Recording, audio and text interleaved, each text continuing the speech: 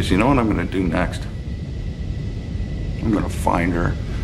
Whoever she is, I'm going to find her and I'm going to hurt her. A return to form for the franchise. This is MI3, which introduces Simon Pegg to the franchise and also stars Philip Seymour Hoffman as the villain, directed by J.J. Abrams. His Letterboxd score 3.4 out of 5, an IMDb of 6.9 out of 10, a Rotten Tomatoes of 73% fresh, and Metacritic of 66. And there aren't any accolades as of this time. I think there's really one word that I can use to describe MI3, and that is solid. It is a very solid film. Tom Cruise and the cast is solid. The romance between Michelle Monaghan and Cruise is solid. It actually works, not like the one in the second one or the really non-existent one in the first one. I really have no problem with the film whatsoever. I think everything about it works. But there are two things that I think is an improvement on the other two films. One, the plot, action, and twists are actually very entertaining. There's really not a let-up in the film, and there's a really good pace to how it runs. When it's not going to action, it's going to spycraft, it's going to intrigue, it's going to romance. I think it's a well-tuned and entertaining spy thriller,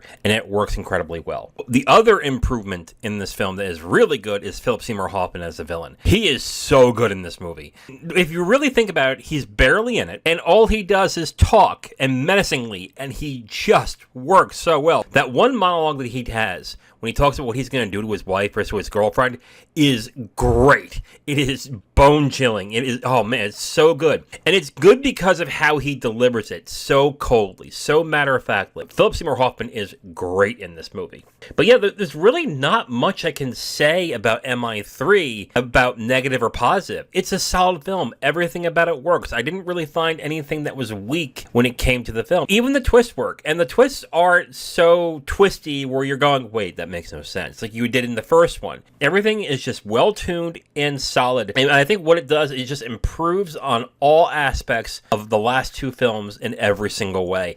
And I think that's what you need in a sequel. You just need one that's really good, really solid, and improves on what it did before. MI3, great movie. If you started with MI3 and went forward, I think that wouldn't be such a bad idea. Now, in every episode of Watch, Rate, Heart, and I only give you my opinions of the film I'm watching, I also give you the opinions of the Letterboxd community. This first one's from Andy Digger. Andy gives it 4 stars out of 5 with a heart, and Andy says, that was better than the second one. Great action, great cast, and a surprisingly really solid opening of the movie. Yeah, I absolutely agree with his opinion on the open, because it really sets the tone of what's going to be different from the last two. Really good. Tom Cruise put in a great performance. Ethan Hunt and Philip Seymour was the MVP. Absolutely agree with Andy on that. Everything about the film is just solid, and Philip Seymour Hoffman is probably the best part of the movie. Absolutely. This next review is from Jonah Creaney. Jonah gives it 3.5 stars out of 5 with a heart, and Jonah says, way darker than I expected, but a good movie. However, it's the aesthetic of action movies that I hate. Very high contrast Michael Bay style. Still a good movie, but I certainly prefer what came after it in the series.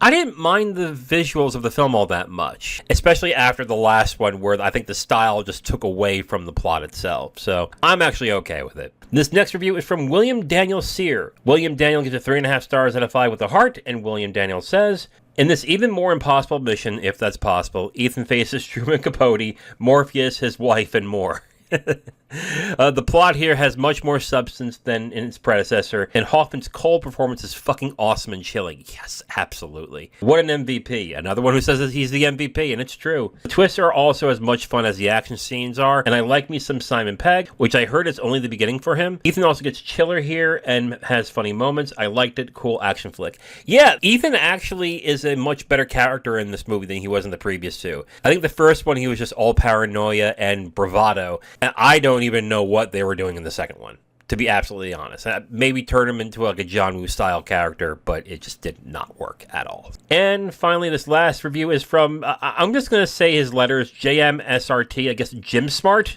I don't know. Jay gives it 4 stars out of 5 with a heart, and Jay says, I think the real Rabbit's Foot are the friends we made along the way. And that's a great way to end this review. It's just very profound, very heartfelt. I agree. Absolutely. It's just so beautiful.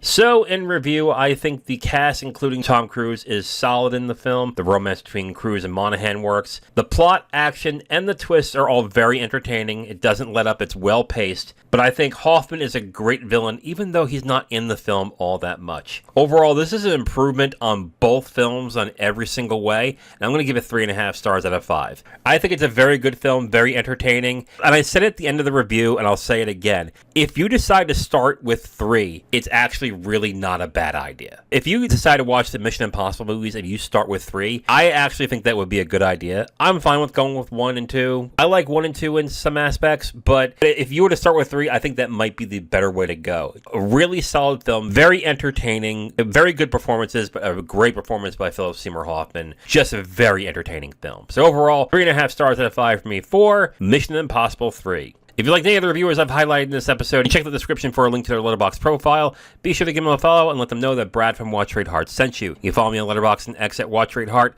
Please like and subscribe if you enjoyed it and share with your friends. I'm Brad from Watch Rate Heart. Thank you for watching, and remember, we all watch and rate movies, but you give them the heart that makes them live forever.